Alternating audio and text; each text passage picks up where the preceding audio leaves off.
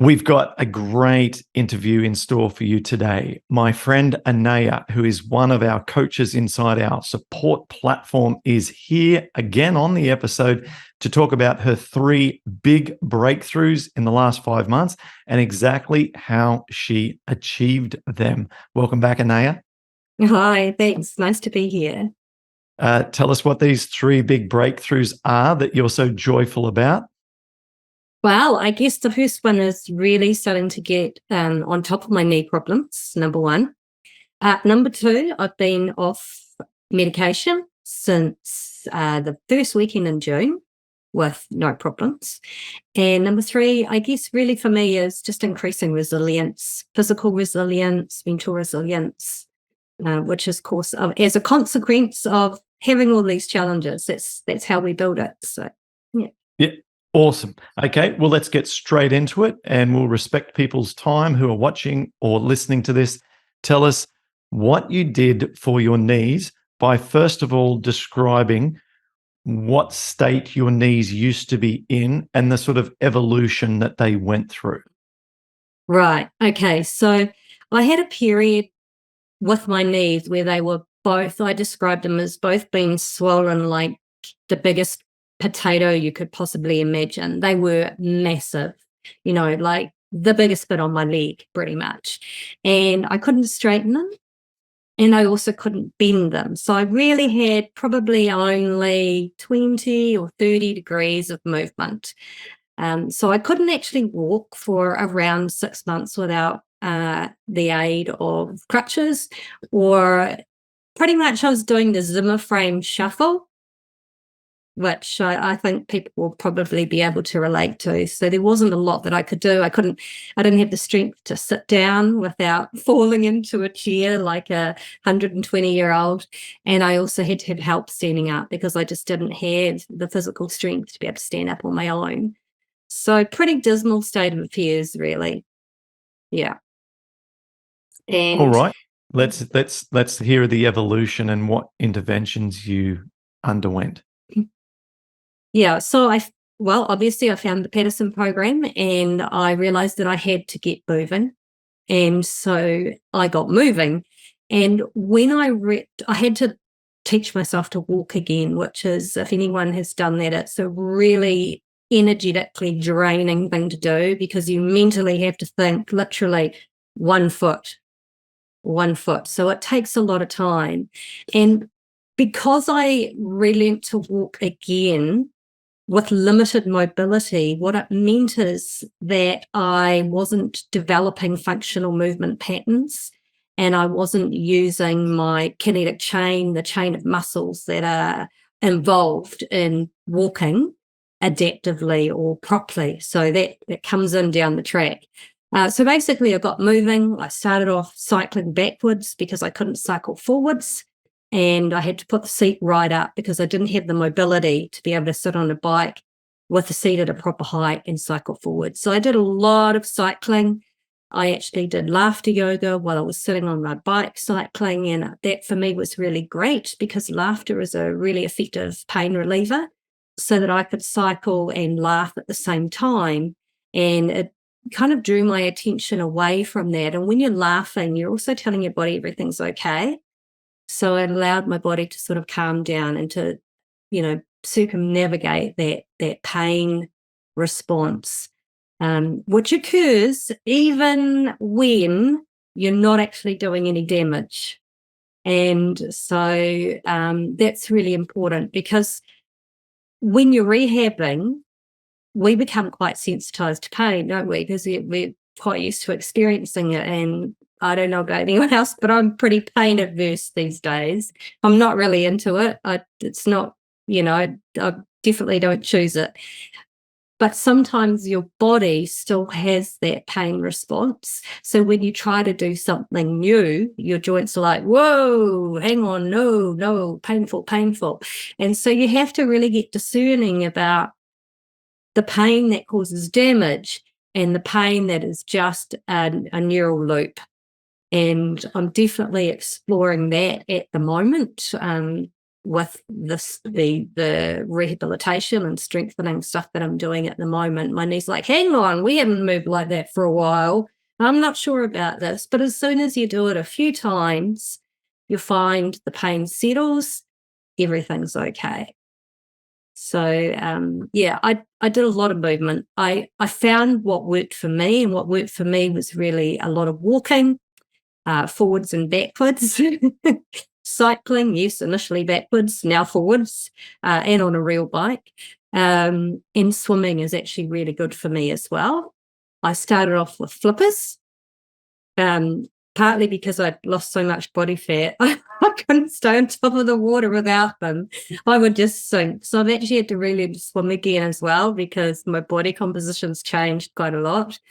And so now I've graduated to sort of strength building flippers, and I can also do laps and stay on top of the water without flippers. So those are the things that really, really work for me. I've seen before and after pictures of your physique that you've shared over the past few months, and you've really, in your upper body, developed a lot of back strength, shoulder development. You look like you look like a powerful athlete from behind with your back pictures and stuff. So, not to say the front's awful. I'm just to say that I've only seen you with swimwear on from the back. Yeah. Now, okay, we need more specifics, Anaya. You told us that the knees were blown up like big potatoes, and then you said you went and learnt how to walk really like a child, learning how to walk for the first time again. You said that you were doing backward cycling, then forward cycling. You've got some swimming in there, and you've just touched on rehab. Now, did you have any interventions like a cortisone shot, or how did the swelling go down? Did it go down on its own? And can you explain that aspect and give us more information?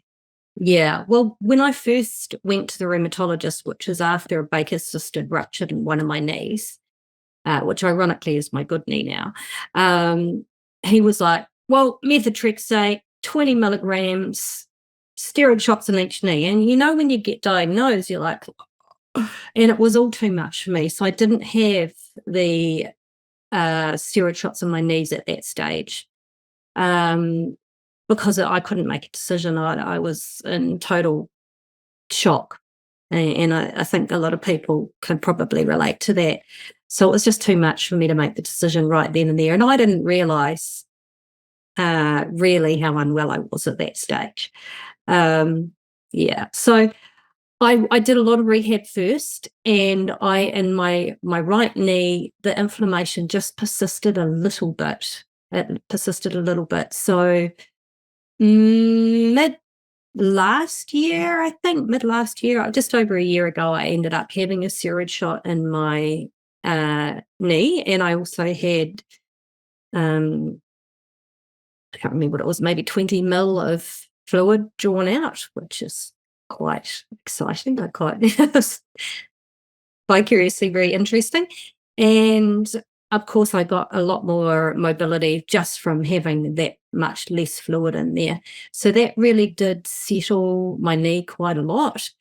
And I was doing really well because I'd been working with a coach doing rehab at that stage. And then I moved towns, and so he wasn't there. So I wasn't having that level of specificity with my rehabilitation. And I had an accident last year, and I fell off a wharf while taking a photo of my dog. I walked off backwards. But what that did is I really injured my adductor muscles. And I know that you did a podcast with Carl recently, and he was talking about how important they are for stabilizing the knee. So I really damaged the adductor muscles on both legs, and it had a massive impact. And so my knee stabilization capacity really went to custard a little bit. So I had to, I was looking for someone else that I could see to get some rehabilitation. And I was really lucky in that my osteopath is also a strength and conditioning coach. And so I've been working with him a lot. And, essentially you've got this kinetic chain of movement, with your knee, you've got your feet, your ankles, your knees, your hips. shoulders, neck. So it's your hips are really super vital, as are your feet, ankles, I guess, in that chain of movement, and essentially get issues where at your weakest link. So my knees were my weakest link. And so working with him, we basically found, I've got literally, well, that might be an exaggeration, the laziest butt that you can have. And because I relearned to walk with a maladaptive pattern, essentially what he's doing is he's teaching me to walk again using my glutes and my hip stabilizers as sort of the prime movers in the movement. Whereas often we're sort of more the feet really sort of start and lead our movement. So he's doing all these exercises with me, and I feel like a complete baby because I'm really trying hard to engage these muscles, and it's just taking a while to, develop that movement pattern again and get my brain operating that way. So, I'm doing some what feels like very basic stuff, but it feels like rocket science to me. It really does. And so that takes a little bit of time. But I don't have any inflammation really in my knees to speak of. I did have a little blip a couple of months ago when I did a few things. Number one, I had a dental treatment combined with overdoing it on 3 or 4 nearly successive days. So my triggers for a little bit more inflammation in my knees. And I mean, we're not talking about my CRP going over 1 still or anything. It's still really, really low. But for me, it really is overdoing the mechanical stimulus. That's my number one. That's my number one, thing that really causes inflammation with me. I'm really strong and resilient on food. I don't push it anyway. So I guess I don't know, but I feel like I am. But it's really important to know your triggers, I think, and work with them. So the dichotomy here is that exercise gets you the greatest results with your knees, and yet in your instance, if you push it just that little bit too far, it's your greatest trigger. So it's about getting to maybe that it's getting to within maybe 10% of your maximum and then backing off, right? Would you say that's fair? Yeah, absolutely. And I mean, this is in my nature because I love exercise. I love sport. I love getting outside. So it's in my nature to go and do a bit much. So the other weekend I went on a walk. It's funny, you have all these experiences, but it's very easy to forget them and to become complacent when you don't have any pain or have any issues with moving. Like I get up in the morning, there's nothing to notice. I don't notice that, like strangulation feeling around my knees that I had for so long or anything. So it's very easy to forget about things. And I went for a walk and I was like, oh yeah, I was halfway around it. I'm like, no, this is a circular walk. And I've already gone, I was going up a mountain. We've already been going for an hour and it's been 3.5K, uphill routes. And it's like, yeah, maybe this is a bit much. And it's like, well, I'm halfway. What do I do? So, yeah, I am constantly having to check in with myself because, again, that's knowing me, knowing how I am and my tendencies. And I don't always get it right. I really don't. But luckily, I've got enough wiggle room now to know what I need to do and rest. A rest day or 2 rest days in a row actually really does work for me at this stage of my recovery. Yeah. When you were striving to get to where you are now, though, frequency is important, isn't it? You were doing exercise every day. Oh, yeah, definitely. And I was cycling first thing in the morning and I was cycling at 4 o'clock in the afternoon as well. And in addition to the other stuff and really, trying to build strength. And at the moment, that strength is really, really important because you build strength first and then you get the mobility. But at the moment for me, before I go back to doing the strength stuff, I need to get the coordination stuff. And I haven't quite got that because I need to be employing my muscles in the sequence that they is most effective and adaptive for the movement and the movement patterns. And at the moment, I haven't quite been doing that. So, because my long-term goal is I want to be running in the hills again. I want to be running, marathons, off-road marathons and doing adventure races. That's what I want to be doing. That's what drives me. And so that's why I keep going. And in order to do that, I need to have a really good, solid, solid movement patterns and really good core strength as well. Awesome. Okay.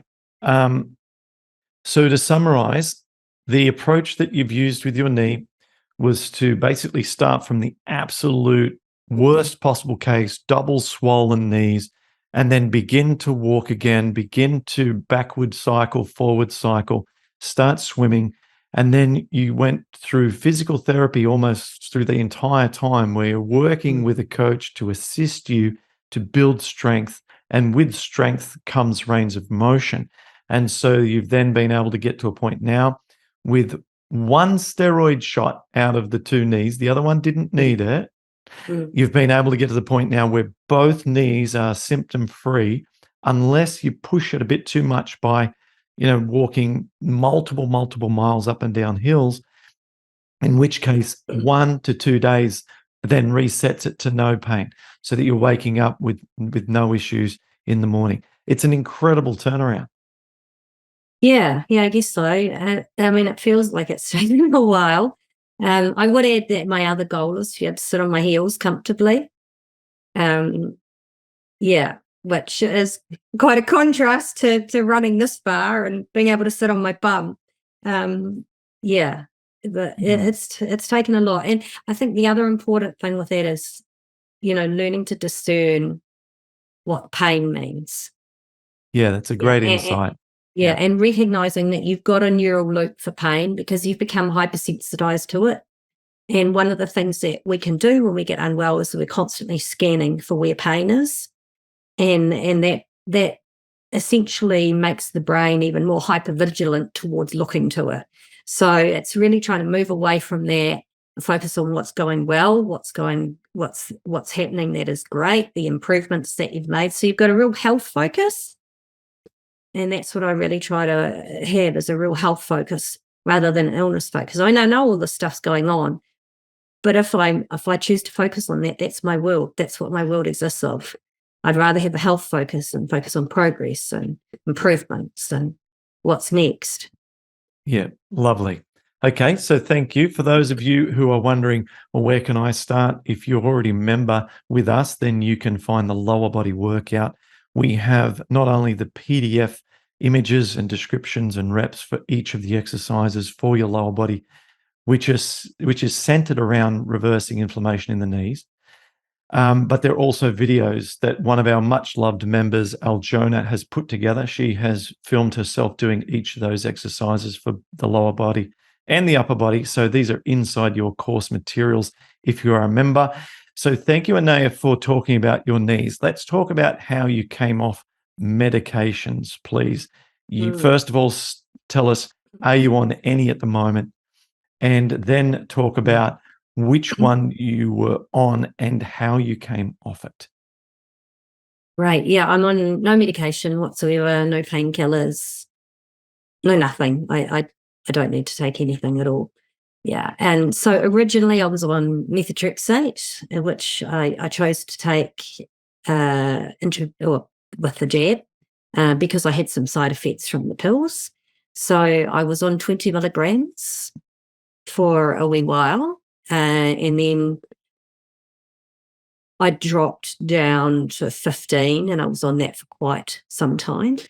And then once I was functionally doing really, really well, and I felt really strong and resilient. I could eat a wide range of foods. And I felt like the time was sort of right, I thought I would start reducing my medication. And I had a plan. And my plan was to do it very, very slowly over around sort of 18 months, actually, because I didn't want to do it again. I wanted to do it once. I wanted to do it right. So probably a really good step with that was actually reading your guide to reducing your medication, where you talk about making sure you've got certain things in place. So having your CRP under 1 for a really significant amount of time, being able to eat widely, ensuring that you've got good structures in place and support, ensuring that you've got a good daily routine in terms of your exercise, your food, and probably, also feeling like you've got some space in your life and that you are also prepared to potentially have an increase in pain, which, I mean, I wasn't really, to be honest, but there's no way I was wanting that at all. But I felt like I could do it successfully and not have any of that. The other thing that I really thought about before I started doing it was I wanted to have a plan in advance that I'd written down. If things started to go a little pear-shaped, I wanted to be able to pull out the thing that I'd written, a little letter to myself, and reminding myself about what works for me, what foods work for me, what exercises work for me, and really reminding myself, not to panic.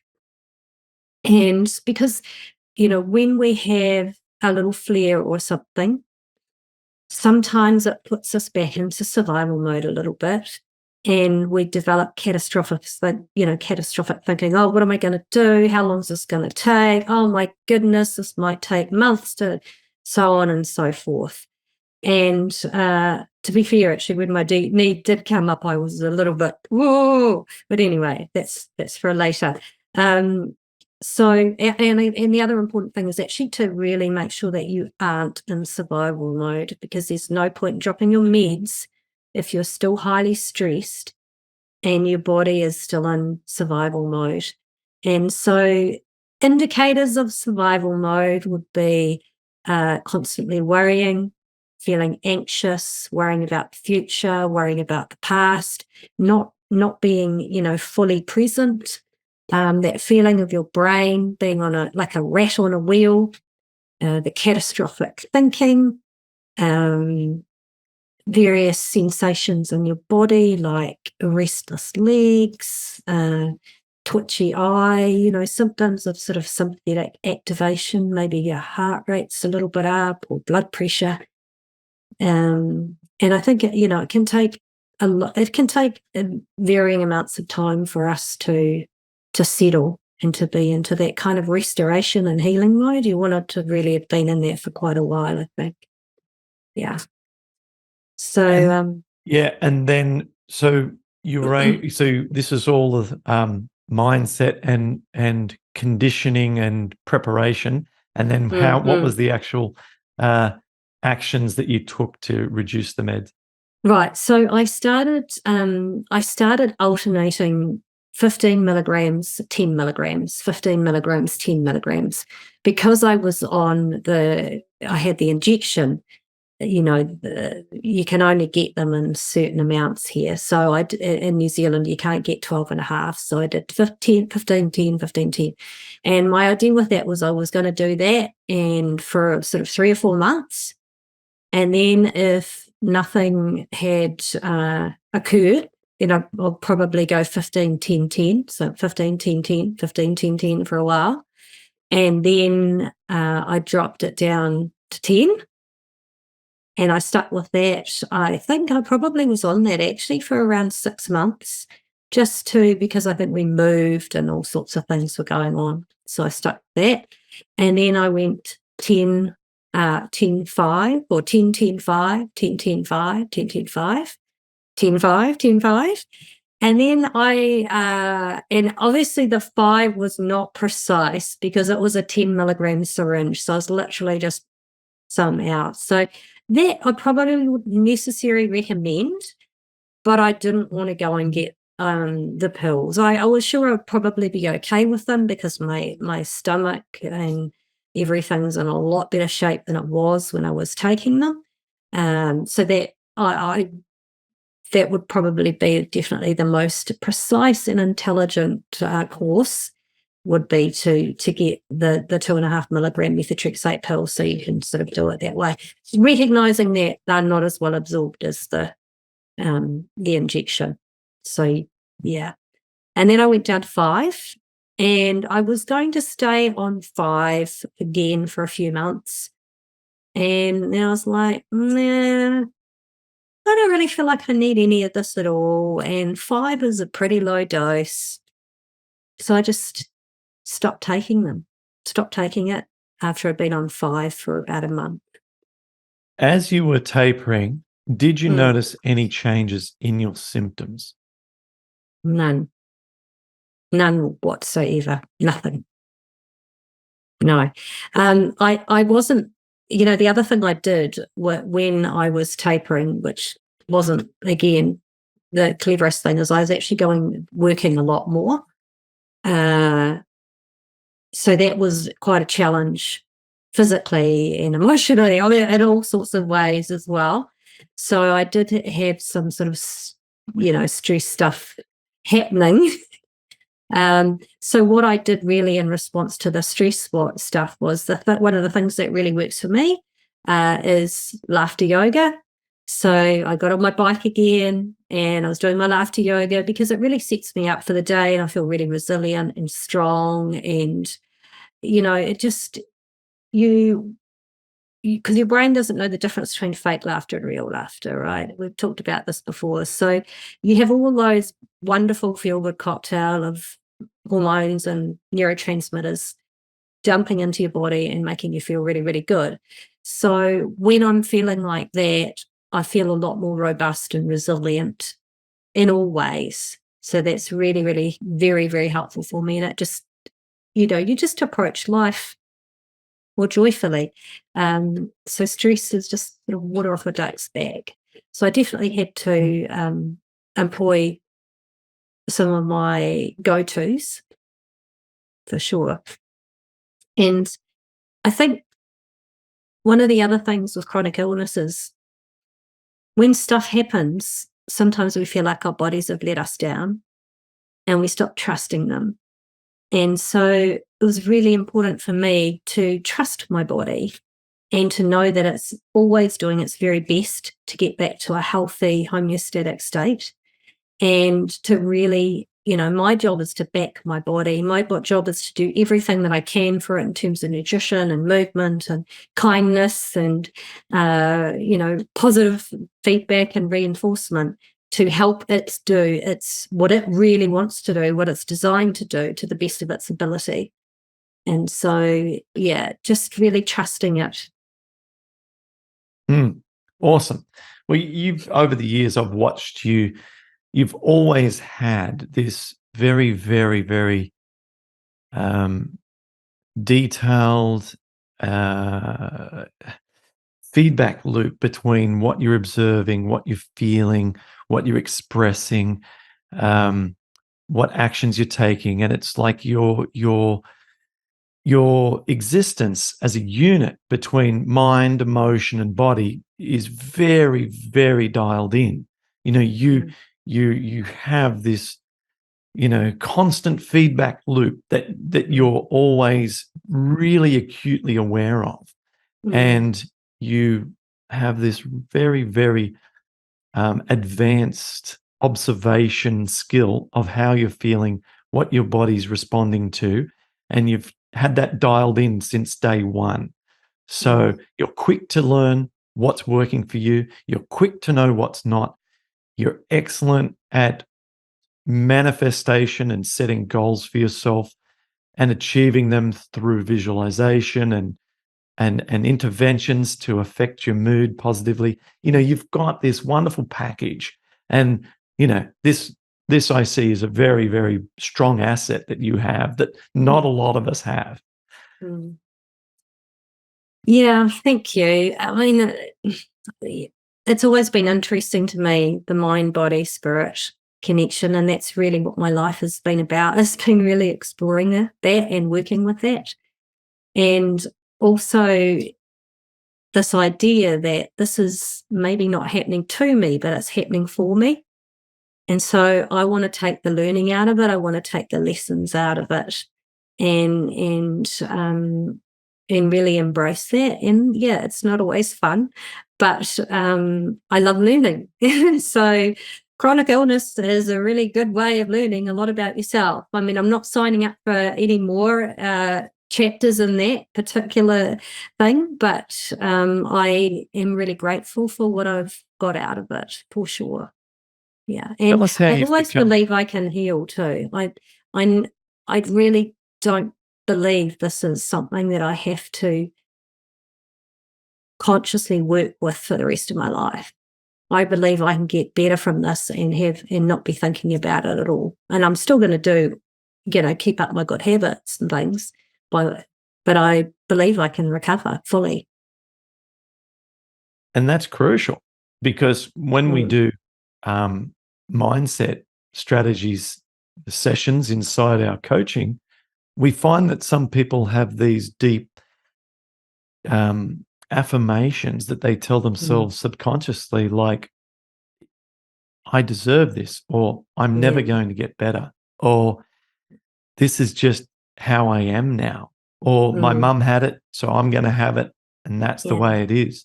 Things like this. And we're all guilty of that. But I mm, share your same level of incessant optimism. And in mm, some cases, delusional optimism has been part of my journey in the last 17 years. Like, where I've woken up and like I can barely walk, I can't pull an earplug out mm, of my ear because my elbow doesn't move enough.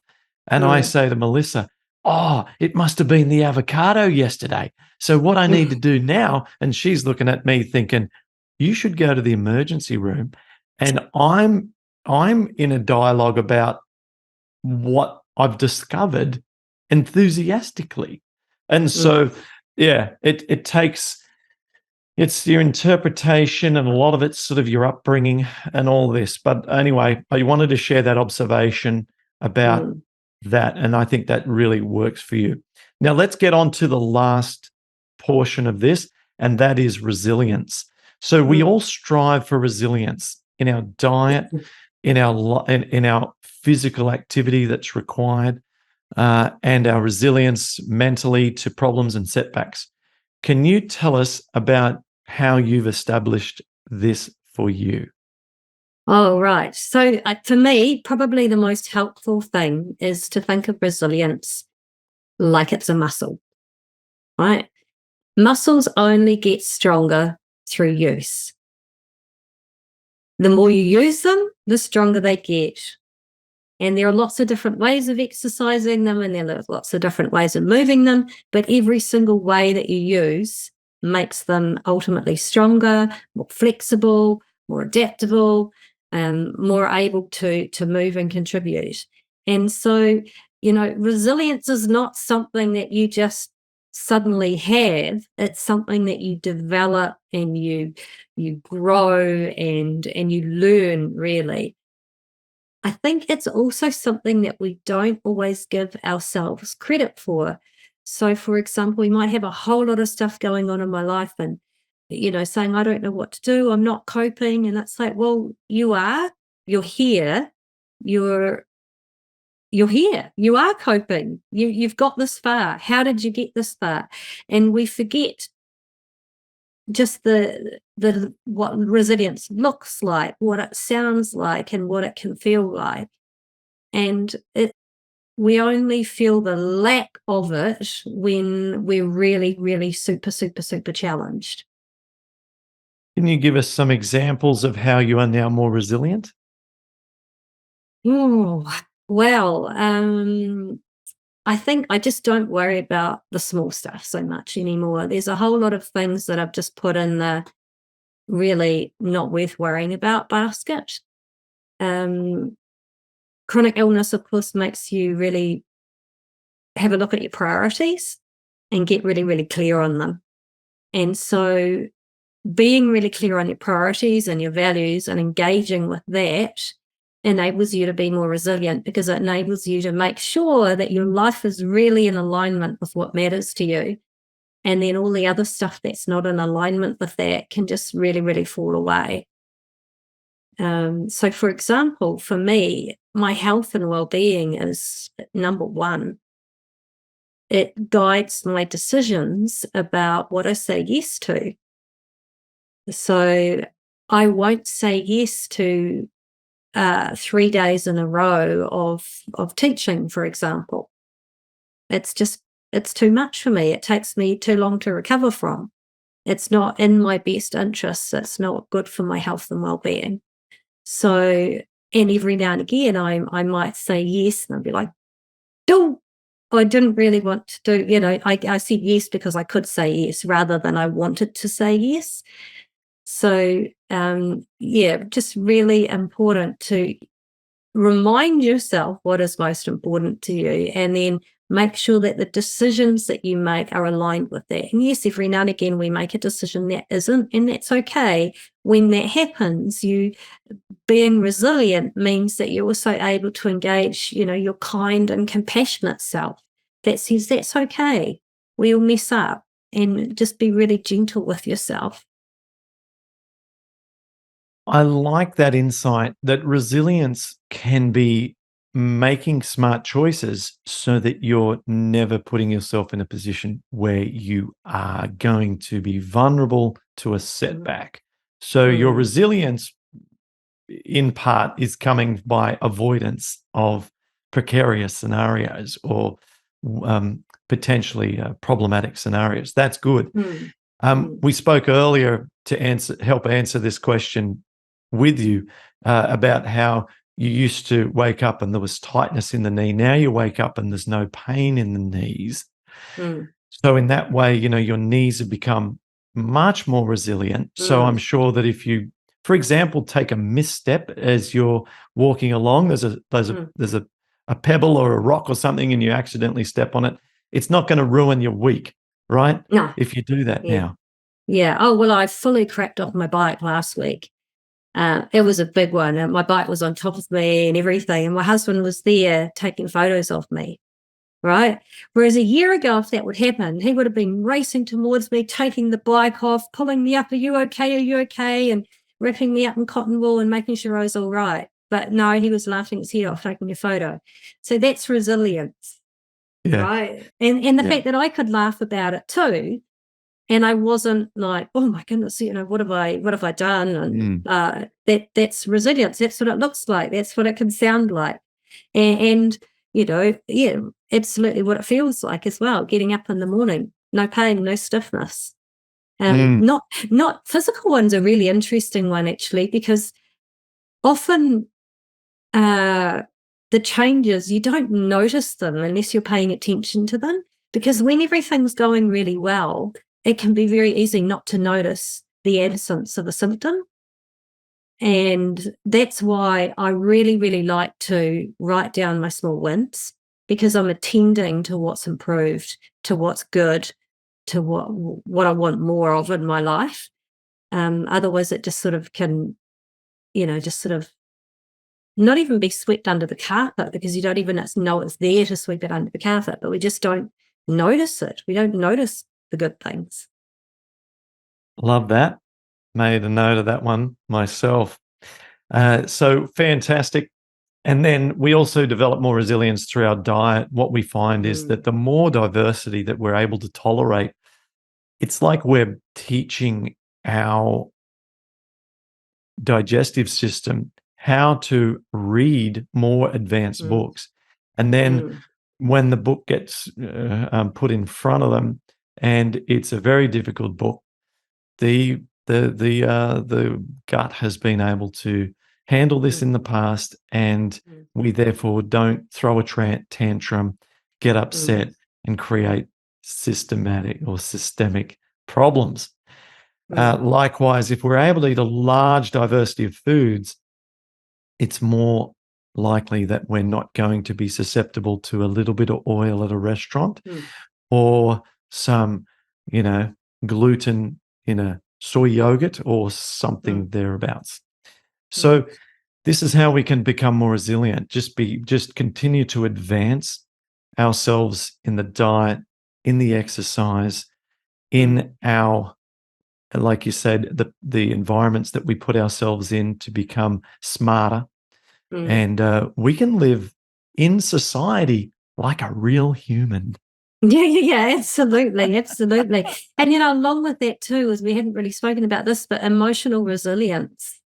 And also resilience of being a little tired, like, so you don't have a good night's sleep. If you're resilient, you're like, that's okay. I had enough rest anyway. My body's restored. I did its thing. I can still cope with the day. That's okay. And emotional resilience is a really interesting one as well, because of course, when your nervous system is dysregulated and your immune system is dysregulated, there's a high probability that you are emotionally dysregulated as well. So your moods will be a little volatile up and down. So when you're feeling really resilient, you don't have that level of polarity between the down and the up. You're able to sort of smooth it out a lot more and really shake off anything bad or not great that happens. Yeah. Yeah. And Well and that said. yeah, and that's hugely regulating as well, because they work so intertwined together. That's hugely regulating for your immune system and your nervous system if you can manage to regulate what's going on emotionally. Yeah. Well, thank you. We've covered a lot here.